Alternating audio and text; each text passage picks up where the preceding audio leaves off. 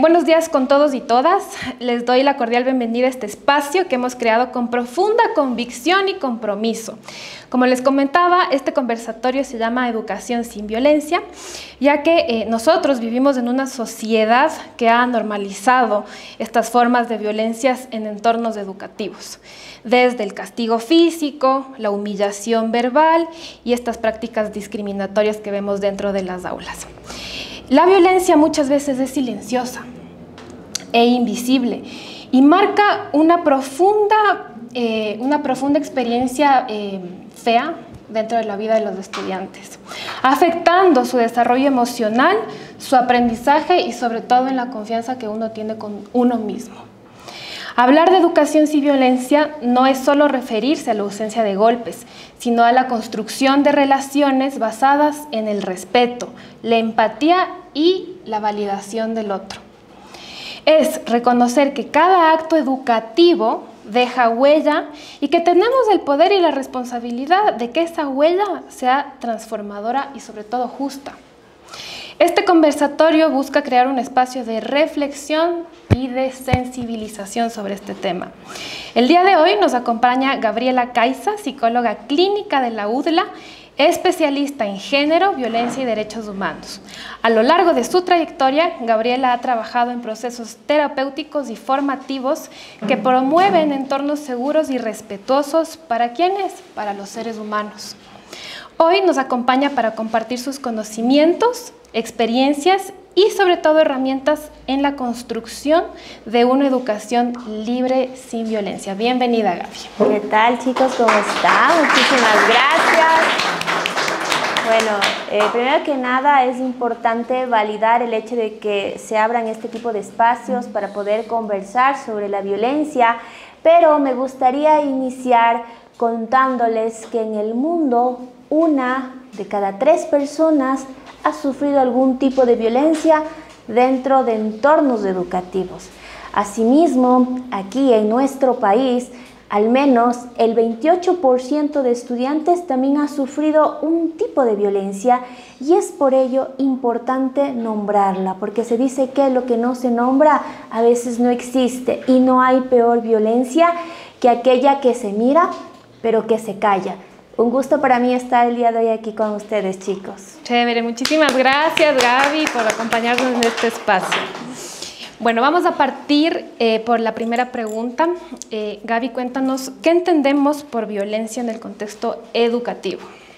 Bueno, dentro de lo que son los contextos educativos, violencia es todo tipo de acción que atente contra la dignidad de toda la comunidad educativa. ¿Qué se entiende por comunidad educativa?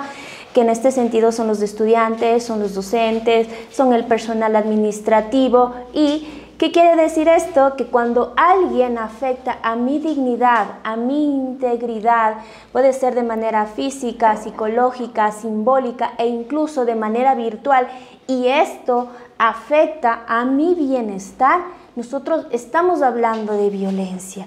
Para ello hay muchos tipos, sin embargo, también decirles que violencia también es un apodo, también es un mal chiste, también es discriminar.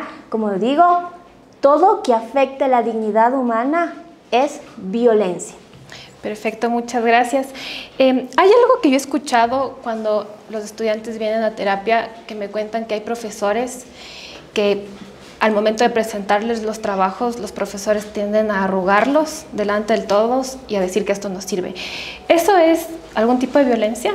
Sí, eso es un tipo de violencia simbólica porque están invalidando básicamente este tipo de situaciones. Aquí hay derechos para todas las personas, asimismo como nosotros tenemos derechos y obligaciones. O sea, nuestro derecho es vivir en espacios libres de violencia.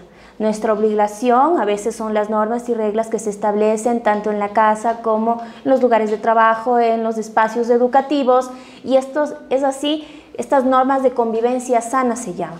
Entonces, este tipo de violencia, si es que viene algún docente y, por ejemplo, tú le presentas un tarea, esto no me sirve, no me vale, te está enviando un mensaje de que eres tonto, de que no puedes, porque eso es un impacto que te genera a ti, definitivamente eso sí es un tipo de violencia. Y también del otro lado, aquellos estudiantes que muchas de las veces desafían, insultan o amenazan también a los docentes, también termina siendo violencia. Entonces hay diferentes tipos de violencia. Nosotros tenemos la que comúnmente se conoce, que es la violencia física, que son empujones, que directamente hay esa intencionalidad de hacer daño a la otra persona. Posterior a esto, nosotros tenemos este tipo de violencia que es la violencia silenciosa, como es la violencia psicológica, un mal chiste.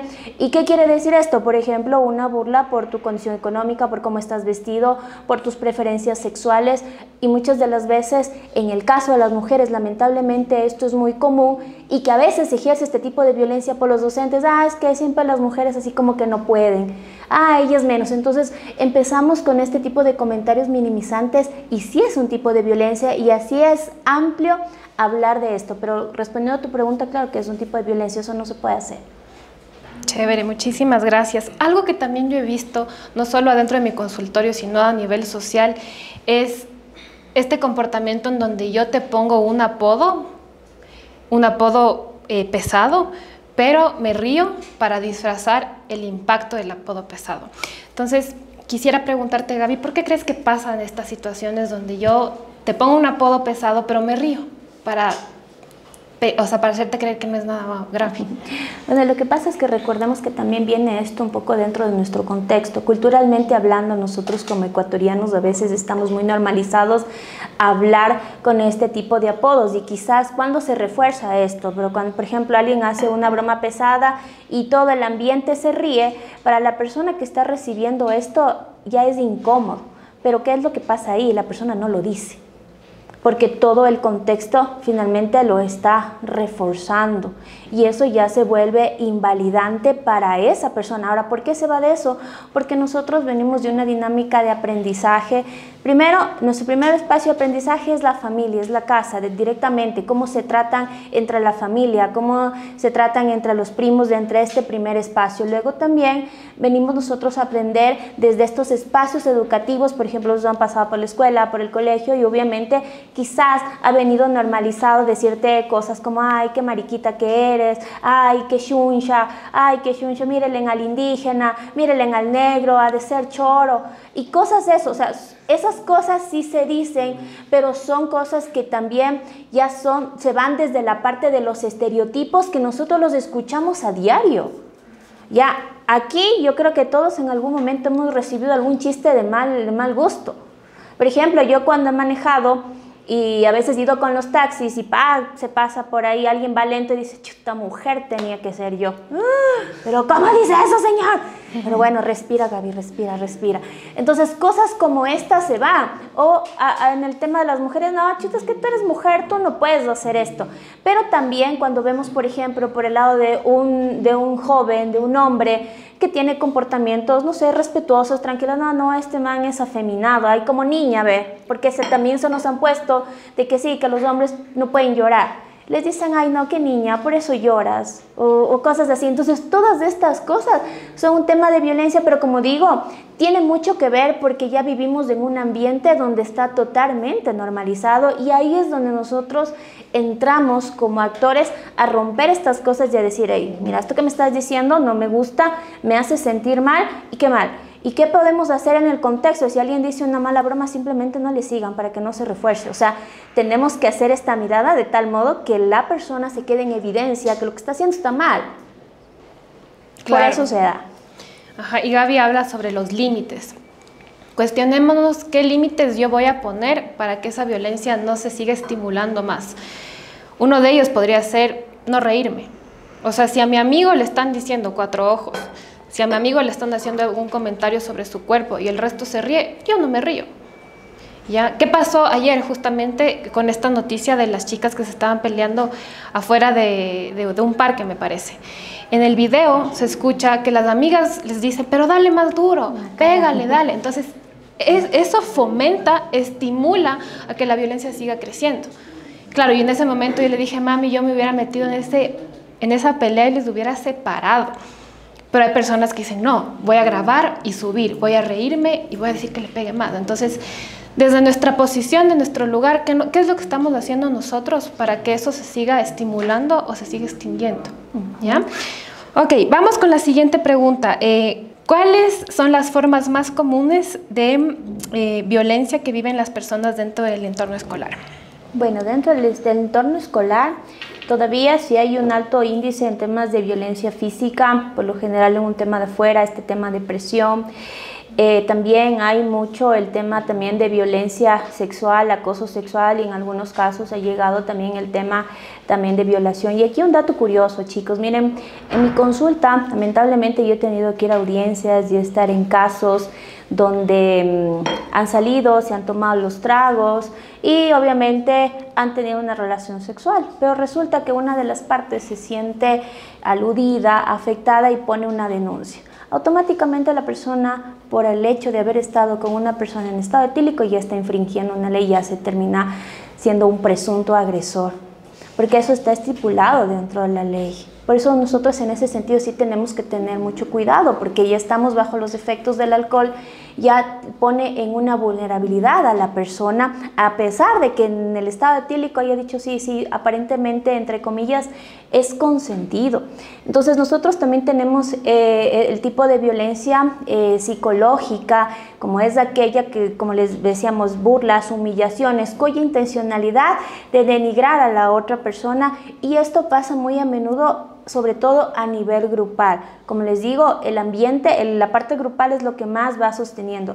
Y también el otro tipo de violencia es ese tipo de violencia también simbólica, aquella que nosotros vemos a alguien que va dando golpes, o aquella que nosotros miramos y no podemos hacer más allá de esto, o también cuando alguien graba, alguien que está en una situación vergonzosa, lo graba y lo sube, ya vamos escalando de nivel y vamos también llevándola a la violencia a espacios un poco más digitales. Y aquí me permito contarles un caso de una paciente que ella le afectó tremendamente, que se cambiaba de colegio, y cuando en este cambiar de colegio, en los grupos que ella le incluían, le hicieron un meme a ella.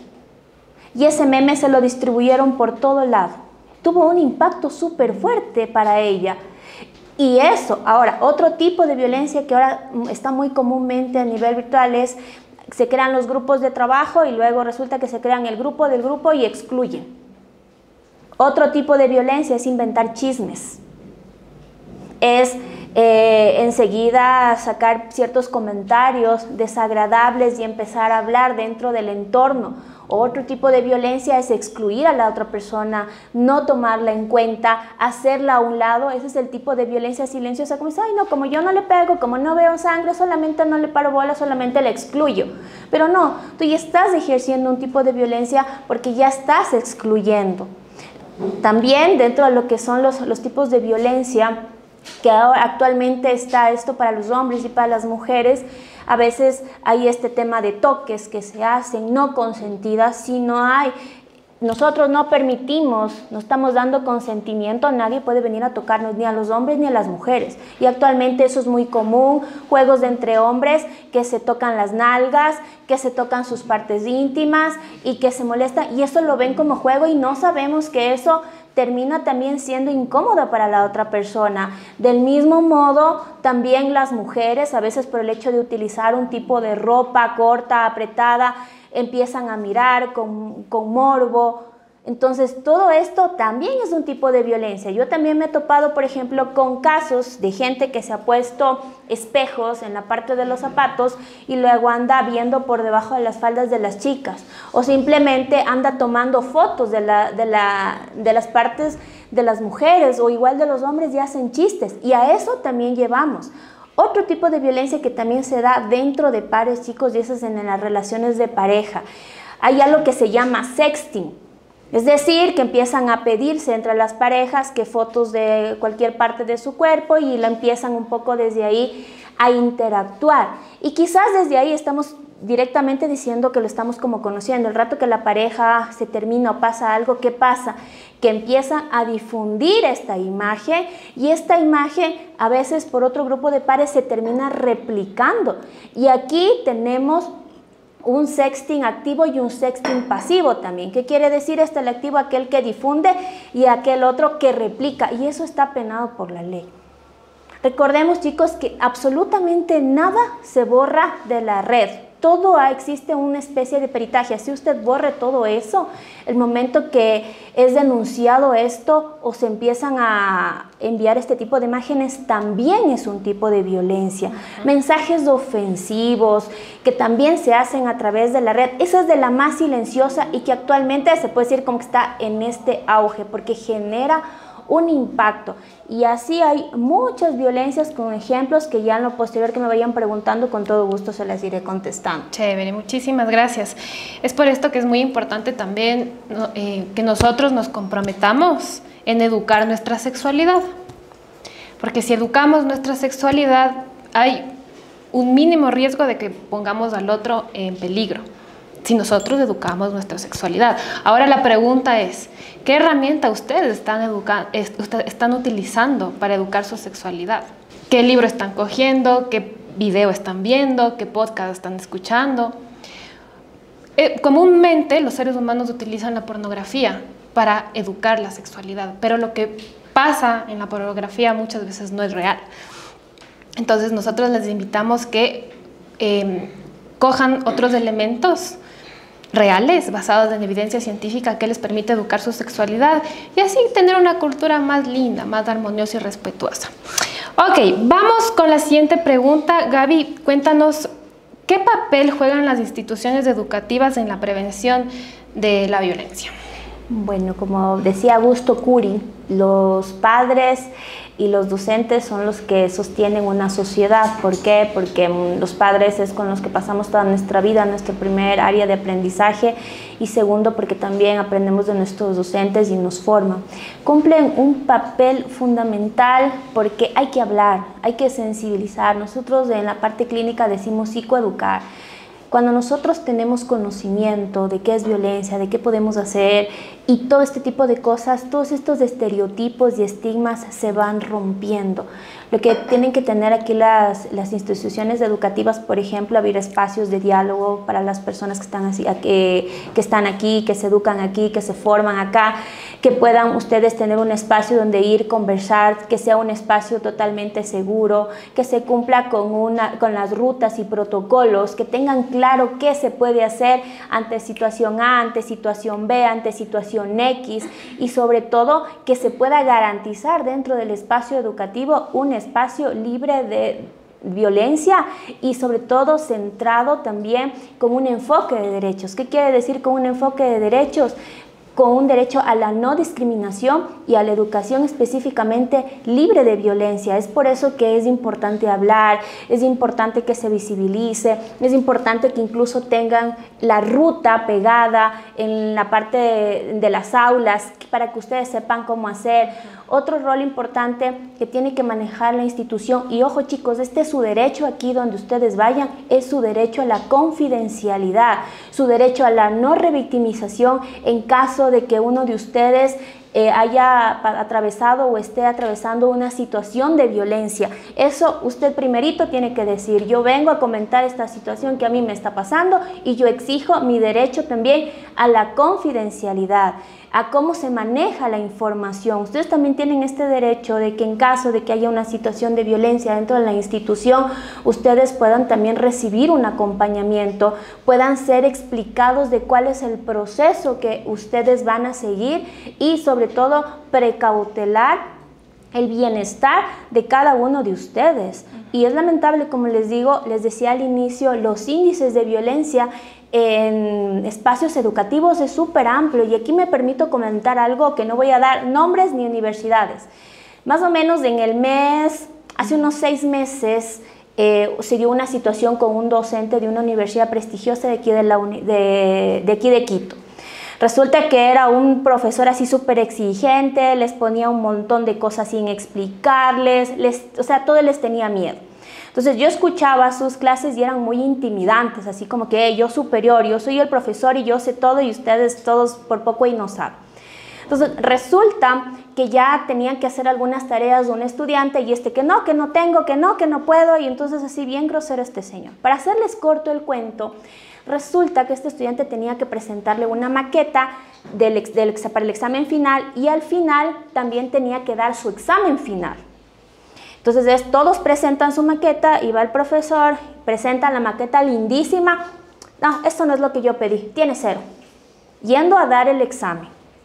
El estudiante, o sea, entró en enojo, su parte psíquica se vio afectada. ¿Ustedes creen que pudo dar el examen? No. Estuvo mal. Entonces, una de las cosas que se le decía también es que vaya a bienestar estudiantil y ponga en conocimiento. No, ¿qué es lo que tiene? Aquí hay un problema que nos dicen que porque ya somos mayores de edad no podemos ser asistidos o no nos podemos quejar, y esa vergüenza le estaba limitando. Como era un paciente, mira, ¿sabes qué? Tienes que hacer esto, esto es la ruta, se le educó, se le empoderó, fue. No le paraban bola en bienestar estudiantil. Ay, es que usted también. Entonces tuvo que llevar las pruebas, tuvo que hacer un escrito, poner esto, e incluso tuvo que acudir su mamá. ¿Y sabe qué pasó? Que le dijeron cuando va la mamá, pero su hijo ya es mayor de edad. ¿Qué tiene que venir aquí? Dije, no, es derecho.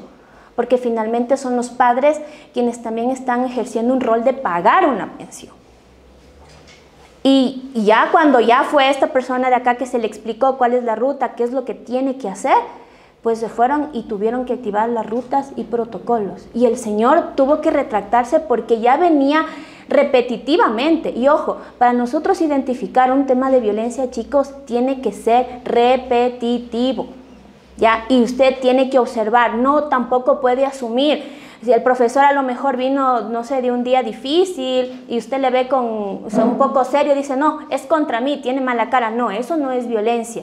Violencia es cuando yo directamente noto que es contra mí, que es conmigo, ya que un deber, que una cosa, que ya voy viendo, porque eso nosotros podemos discriminar.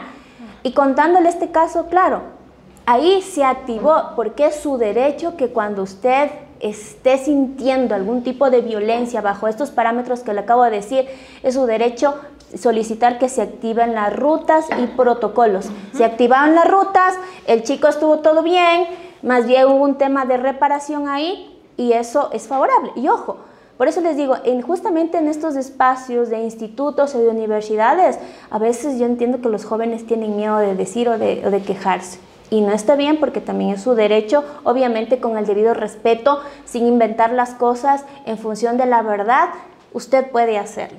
Ok, aprovecho este espacio para comentarles que si ustedes están pasando por un tema de estos, por algún profesor, profesora o compañeros de aula, ustedes pueden denunciar en nuestro portal llamado IT Cuéntame. Es totalmente confidencial. Eso nos llega a nosotros, al Departamento de Bienestar Estudiantil. Nosotros aplicamos la ruta para protegerles y obviamente no vamos a decir quién puso la denuncia. Perfecto, vamos a ir con la siguiente pregunta, que también es súper importante. Gaby, cuéntanos, ¿qué formación crees que necesitan los profesores para para ejercer la educación de una manera más empática, respetuosa y que esté alejado de este tema de la violencia? Bueno, estar en constante formación, porque también recuerden que también de ese lado también hay un ser humano, ¿no? Que no sabemos también qué batallas está luchando.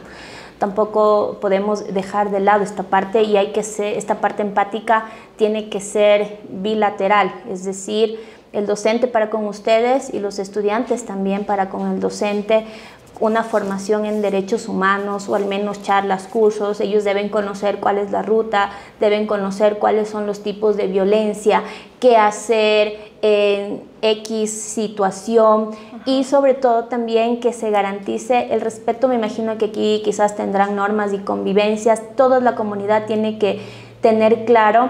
Y básicamente eso, y estar formándonos constantemente, porque ser docente es una responsabilidad bastante grande. Todo el tiempo, al menos yo también hago esta parte de la docencia, y es estar también dando una enseñanza desde el respeto, desde un espacio libre de violencia, con un tipo de contenido claro, basado también en evidencia, donde el estudiante también tenga su derecho de preguntar, su derecho a la réplica, su derecho también a las dudas, y sobre todo de construir un conocimiento de manera colectiva. Y entonces todas esas cosas es importante conocer, y no solamente los docentes, toda la unidad educativa, toda la comunidad educativa. Esto incluye hasta los mismos padres de familia, incluye padres de familia, parte administrativa, incluye a los docentes. Si todos hablamos el mismo idioma y si todos también tenemos acceso a este conocimiento, pues es mucho menos probable que se den situaciones de violencia en espacios educativos.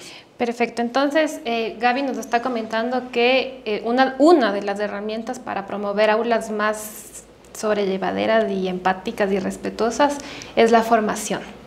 La formación en regulación emocional, la formación en derechos. Y yo te quería preguntar, Gaby, y el papel del autocuidado, o sea, el docente en términos de autocuidado, ¿qué es lo que tendría que hacer para poder llegar a la clase y llegar de manera emocionalmente regulada, de manera empática? ¿Qué tipo de autocuidado debería tener el profesor o la profesora? Bueno, yo creo que todos, ahí sí voy a hablar un poco de manera general, tenemos que tener un tema de autocuidado. Que también... Definamos primero qué es autocuidado, para que... El autocuidado. Bueno, el autocuidado es la manera... Bueno, lo voy a poner un poco más gráfico, así. Más o menos como cuando usted se levanta, toma una ducha, desayuna y usted físicamente se está cuidando para verse bien. El autocuidado en términos psicológicos, ¿qué quiere decir? Dormir bien, alimentarte bien, también tener ciertas limitaciones en el consumo de ciertas sustancias psicoactivas, consumo de alcohol. Un tema de autocuidado es a veces hacer una pausa, también tener espacios de dispersión, de distracción. Un espacio de autocuidado es que busquemos una persona quizás con la que podamos hablar. No todos quizás tienen esta confianza a veces de conversar algo a sus padres, pero a veces sí tenemos un amigo cercano con el cual nosotros nos podemos desahogar. El autocuidado es hacer las cosas que a nosotros nos gusta, practicar algún tipo de arte, música, pintura, hacer algún tipo de deporte. Nuestro autocuidado también va relacionado en cómo interactuamos con el otro, con nuestros amigos, con nuestra pareja. El autocuidado viene, como digo, súper amplio. ¿Cómo usted se cuida? Sí, es cómo usted se cuida. Así como usted se cuida de manera física, a medida que usted ya empieza con muchos dolores de cabeza y no sabe por qué, y no está durmiendo bien, y empieza que le tiemblen las manos, fumo, y usted empieza a notar ciertos cambios de comportamiento, pues esas ya son alertas para intentar con nuestros propios recursos regularnos. Primero, porque nuestros propios recursos son las cosas que nos gustan, el dormir bien, la alimentación. Esa es la parte que todas las personas tenemos, pero cuando esto y mis propios recursos supera, también el autocuidado es saber pedir ayuda y acudir donde un profesional. Eso es muy importante. Chévere, entonces en base a este tema del autocuidado, ¿cómo influenciaría el autocuidado en el papel del docente dentro del aula? Bueno, es importante saber que nosotros a mayor estabilidad emocional tenemos, mucho mejores van a ser las formas en que verbalizamos una clase. Probablemente exista incluso hasta menos agresividad y que el docente también dentro de sus instituciones tengan un espacio también donde puedan hablar. Es por eso también el autocuidado no solamente viene también de a nivel individual, sino también a nivel institucional. Entonces, Gaby, yo quisiera que nos cuentes qué cosas recomiendas a los padres y a las madres de familia en temas de crianza respetuosa ante sus hijos.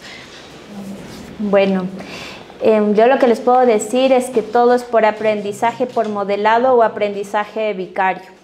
Muchas de las veces todos y todas, a lo mejor aquí en algún momento hemos estado en un ambiente donde hay violencia.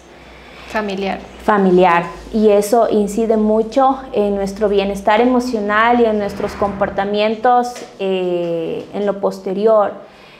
¿Qué se pueden hacer los padres? Primero, informarse e intentar también conocer cuáles son los tipos de violencia, qué es lo que nosotros podemos hacer.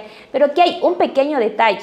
Bueno, al menos mis padres son como de otra generación, a veces a ellos les cuesta mucho, pero ahí entrarían, por ejemplo, ustedes para explicar las cosas, para cuando estamos en una dinámica familiar un poco compleja, tomar espacios para poder conversar con los padres, porque ojo, los padres no tenemos todo el conocimiento.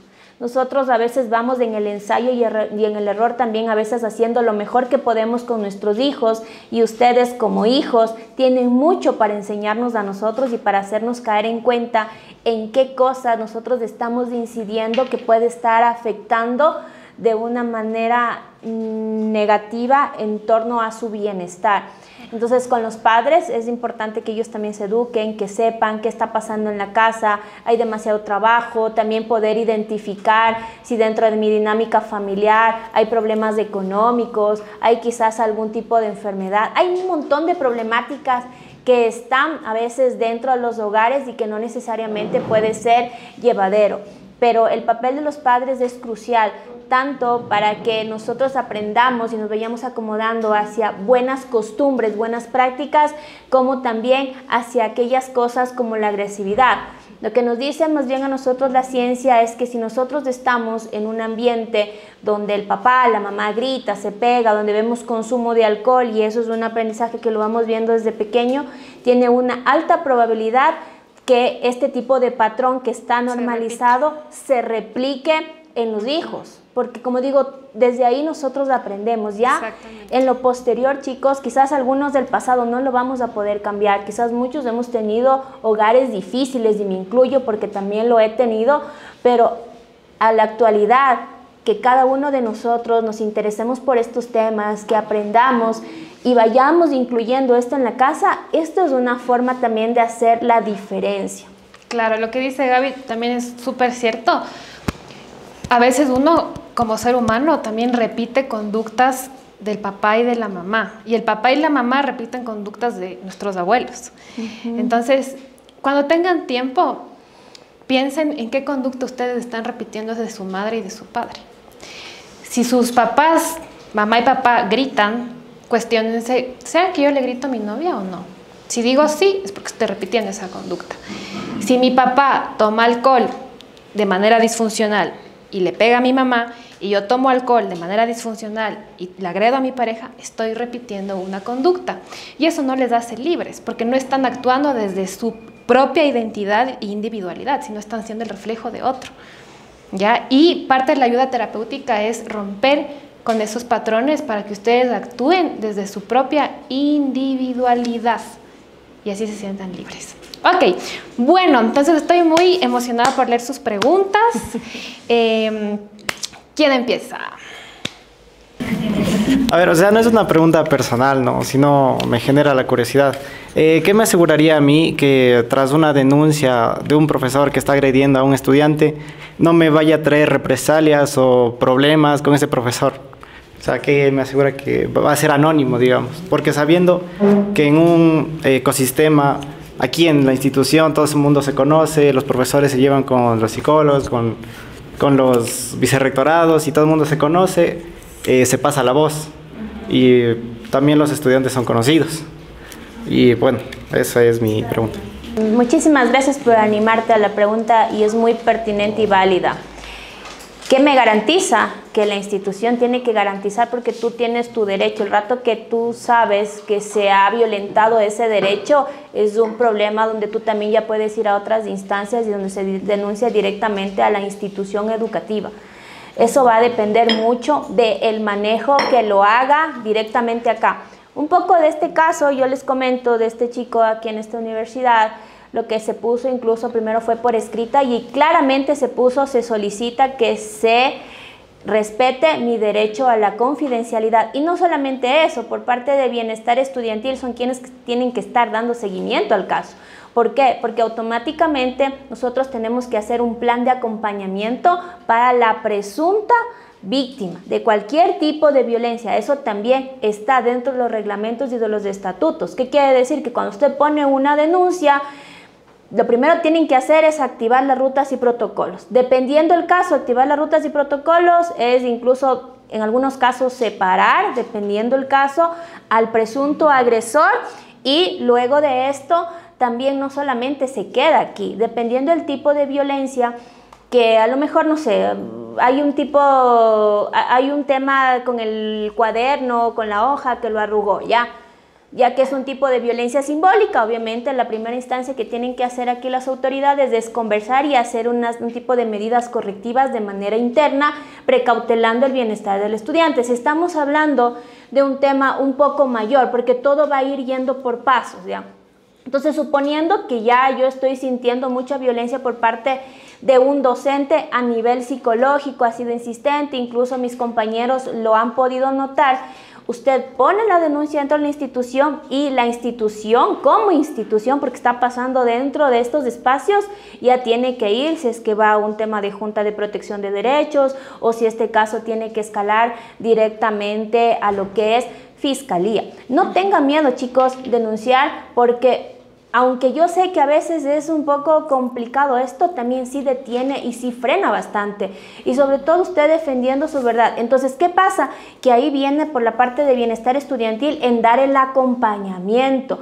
Y ojo, cuando nosotros hacemos esto, no por la edad que tenemos vamos a quedarnos callados. Coméntelo también a alguien de confianza, a su mamá, a su papá, donde usted también pueda sentirse respaldado. No porque uno tiene 18 años, le dicen que ya es mayor de edad, usted no tiene su derecho también a pedir un soporte a un adulto. También puede hacerlo de tal manera que usted esté respaldado.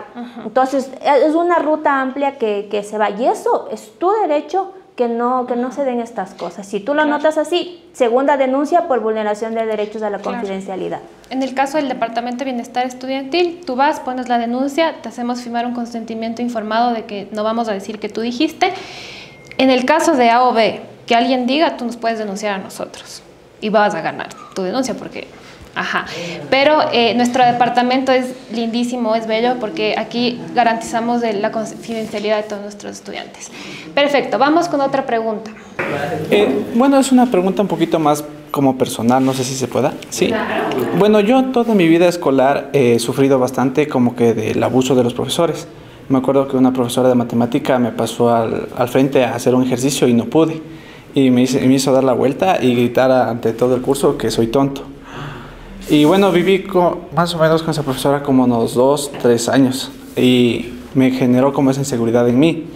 Entonces no sé cómo sobrellevar eso, porque cada actividad que yo realizo necesito como la aprobación tanto del profesor o de mis compañeros para saber que está bien.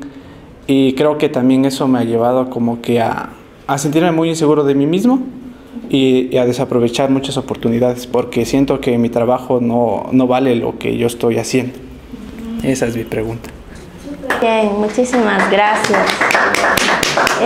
Más bien, yo creo que valoro mucho y agradezco a veces contar esta parte tan sensible que no todas las personas se atreven. Y te voy a dar un poco las pautas. Personalmente, mi hijo lo vivió eso y yo no era psicóloga y no sabía nada porque fui mamá muy joven, donde directamente una docente le decía que era un burro. Así, burro. Y mi hijo, ay mami, es que yo soy burro. Yo, ¿qué? No sabía. ¿Qué es la primera cosa? Si es que en lo posterior, para evitar esto, primero es informarse y leer un montón. Para esa edad, yo lo único que hice fue leerme todo y ahí aprendí hasta que no te pueden poner 0, que no te pueden calificar con rojo, que no te pueden poner mayúscula. Y bueno, hice un relajo ahí a la monja y tremendo, y sin saber nada. Un poco yéndome a tu lado, si estamos hablando del tema de esa inseguridad, muy probablemente sí es importante trabajarlo quizás desde terapia.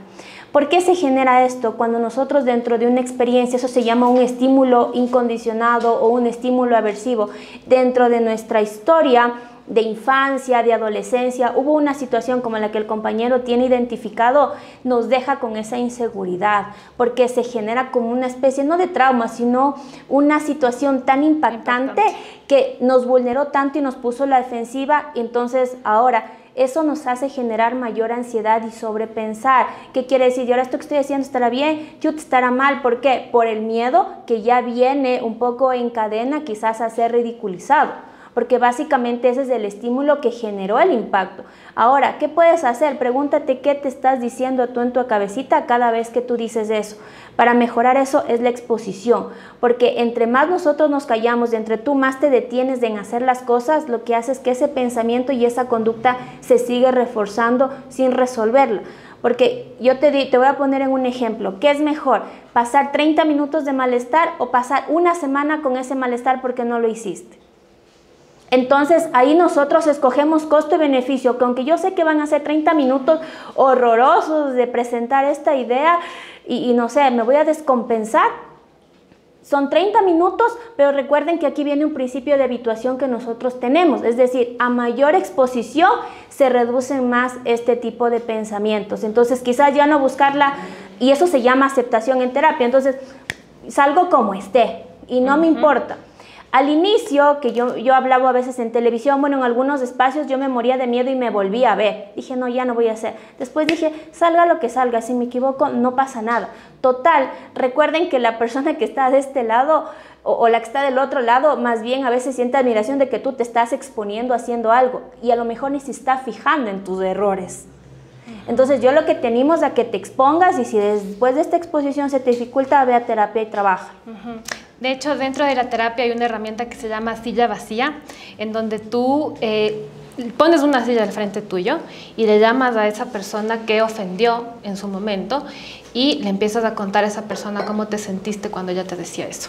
Entonces eso es una forma de descarga emocional donde tú le confrontas, porque seguramente nunca le confrontaste, ¿no es cierto? Ya, ok, entonces por eso es muy importante la terapia, porque hacemos actividades maravillosas que solucionan ese tipo de eventos. Sí, y una última cosita, una manera de hacer justicia a lo que no podemos cambiar del pasado es exponernos y no dejar que esas voces o esa ridiculización que te hizo esta persona siga afectando tu presente, porque tu presente es lo que nosotros sí está en nuestro control y podemos cambiar, es una manera de hacer justicia. Me hiciste esto, me dijiste sí, que bacán, pero yo me sigo exponiendo y hasta ir bajando ese malestar. Te confronto ahora, profe. Te confronto ahora con mis acciones. Si esa profe supiera lo maravilloso que es Byron, así que se perdió de ver ese lado lindo de él. Ok, vamos con otra pregunta. Bueno, a ver, a mí me quedó una duda porque empezaron comentando sobre este caso que se fue viral de esta chica que fue agredida por su compañera. En este caso, o sea, ¿cuál sería la ruta o protocolo que deben seguir para poder poner en conocimiento de esto, o sea, ya en manera de las autoridades que tienen competencia en esto? ¿Y cuál sería la sanción que recibe la persona que agredió a la otra? Ya, verás, aquí hay varias cosas, porque todos primero, la primera ruta y que te dice un poco en temas de ley es la separación, que entiendo que un poco está la chica y va a estar en la casa. Como son menores de edad, depende cuánto de los golpes que recibió la otra chica, puede incluso llegar hasta un tema penal para el adolescente. Ojo, ya nosotros podemos entrar a esta parte jurídica legal desde los 12 años. Sí, desde los 12 años una persona ya está jurídicamente lista, por así decirlo, si es que me estoy expresando también, para que puedan tomar este tipo de acciones. Ahora, ¿qué es lo que nos dice también un poco la ley en temas de garantías de derechos? Que también hay que precautelar ambos derechos, de la persona agredida y de la presunta agresora. ¿Ya? Y siempre se utiliza, chicos, el término presunto, porque las únicas personas que determinan es asesino, es violador, es lo que sea, es a través de un juez. Usted nunca utilice este tipo de afirmaciones, sino hasta que no se muestre todo lo contrario, termina siendo una presunción. Entonces, ¿qué se activa automáticamente? Las autoridades tienen que activar esta ruta para con la chica, acompañamiento para lo que son los padres de la chica, tienen que colocar la denuncia, pero a todo esto, todo el grupo está implicado en este tipo de violencia y son sanciones que directamente las aplican desde el Ministerio de Educación, la LOI también, para todos, incluso hasta para que él grabó, porque también eso es grave, y también para la otra chica. Entonces, muy probablemente pudiera existir quizás una sanción definitiva de que se quede fuera, dependiendo qué instancias también impulsen los padres, a qué otra instancia va a llegar. Pero lo que nosotros nos dicen las rutas es que de ambos hay que precautelar. Entonces lo que se hace es que se separa, porque después de esto, que no estuvo bien la conducta que hizo la chica, imagínense en todo el hate que se le viene también a la otra chica. Ahora, también es inadmisible cualquier tipo de violencia, pero también ahí viene la parte social que tiene que averiguar qué pasa en la familia de esta chica que está siendo una persona agresiva a tan corta edad. Entonces ahí viene investigar qué pasa en el hogar, qué pasa en la familia, qué pasa en su dinámica. También hay que revisar cómo está el estado de salud mental de esta persona para que llegue a esto. O sea, esto nosotros no nos podemos quedar solamente con lo de afuera, porque detrás de cada situación también viene una estructura que va llevando a eso. Entonces la pregunta es, ¿qué lleva a esa persona para que haya ese tipo de violencia? Y aquí también está complicada la parte de la institución, es ¿qué está haciendo la institución para prevenir? Están hablando de violencia, están haciendo talleres, están haciendo temas de sensibilización. Entonces aquí ya les implica a toda la comunidad. Entonces hay diferentes rutas que incluso esto, dependiendo del caso, puede llegar hasta un tema penal. Como les digo, desde los 12 años ya es una persona imputable. Ok, chévere. Muchas gracias. Vamos con la última pregunta. ¿Quién se anima? Sí, justamente hablabas sobre formas de violencia. La mentira es una forma de violencia. ¿Y de qué forma afectaría tanto a la una parte como a la otra parte, ¿no? Como el que miente, como el que es calumniado en este caso. Buena pregunta. Bueno, a ver chicos, aquí hay un tema que nosotros sí tenemos que ser muy éticos porque, a ver, les voy a contar un poco cómo es un tema de... cuando nosotros ponemos la denuncia, no es que nosotros cogemos y ya acusamos a la persona. Ahí se abre un tema de investigación para demostrar. Y ojo, si también se llega a demostrar que es con una mala intencionalidad de inventar un chisme, llámese mentira, automáticamente el sancionado también puede ser usted. Porque también sí ha habido casos, no, este docente me cae mal, ahora le voy a fregar y le voy a denunciar. Sí, usted le denuncia, a lo mejor se mete en un lío, pero ojo, no es que ahí queda y usted ya va, usted tiene, en algunos casos, va incluso a pericias psicológicas para saber.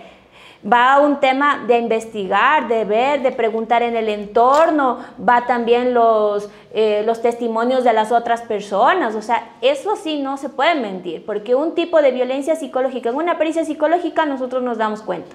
Y eso es a través de técnicas. No es porque usted venga y ojo, ay, que me voy a llorar y usted verbaliza. Claro, a lo mejor esa es la primera impresión dentro de un encuadre clínico, pero el rato que se empieza a valorar, a evaluar, se llega a ciertas conclusiones. Entonces, también hay que tener mucho cuidado con eso, porque también lo que nos dice incluso la ley, cuando hay esa intencionalidad, también hay que demostrarla. Si yo realmente, como le digo, soy insistente, como el caso de este chico, el profesor un par de veces le puso 0. Al mejor trabajo de todo el curso, delante de todos, le puso 0. Después, en un mensaje, el mismo docente le puso que sí podía presentar una tarea y luego se retractó y le dijo que no era esa. Después de eso, la misma tarea que él tenía que presentar a otro compañero sí le recibió y a él no le recibió. El chico se acercó 5 veces donde el docente para pedir que le ayude y no lo hizo. Entonces, no es que puso una denuncia, sino con acciones. Entonces, 5 días fui acá. Tales veces me puso este 0, después me ridiculizó y me ha dicho que no. O sea, ha sido un poco grosero. Entonces, y claro, ya cómo se veía afectado este chico, claro, ya no podía dormir, estaba nervioso, decía que se iba a dejar la carrera, que ya iba a dejar la carrera. Entonces ya estamos viendo que ya estaba generando una afectación psicológica, pero yo no puedo decir hoy, alguien me cae mal y lo pongo porque hay demasiadas cosas que también se analizan. Para que sea violencia tiene que ser repetitiva y tiene que haber esa intencionalidad. Porque también aquí hay otra cosa que nosotros tenemos que diferenciar entre lo que es una situación de violencia y lo que es un conflicto. Porque yo a lo mejor puedo estar en desacuerdo con un compañero, con una compañera, quizás hasta con un docente, pero eso es algo que yo tengo que saber discernir y si quizás ahí viene, también lo puede usted hablar en el DS y eso se llama a un tema de resolución de conflictos, donde hay un mediador y se conversa y se soluciona esta situación. Entonces, esa es otra, diferenciar entre un conflicto y una situación de violencia. Un conflicto es estar en desacuerdo en una situación en particular. Si estamos en desacuerdo, viene un mediador, se resuelve desde ese conflicto. Pero si ya viene lo otro, como les acabo un poco de explicar de este caso, eso ya está una violencia psicológica clarita, y no ni siquiera psicológica, sino institucional. Porque se llama violencia institucional cuando se da dentro de estos espacios y sobre todo es ejercida también dentro de alguien de la autoridad. Y eso también pasa del otro lado porque los docentes también pueden denunciar. No es que no, a veces también si hay adolescentes, hay docentes que terminan siendo groseros, que empujan, que amenazan al docente o hacen este tipo de cosas. Desde ambas partes nosotros tenemos derechos y el docente también puede denunciarlo. Perfecto, muchísimas gracias por la respuesta.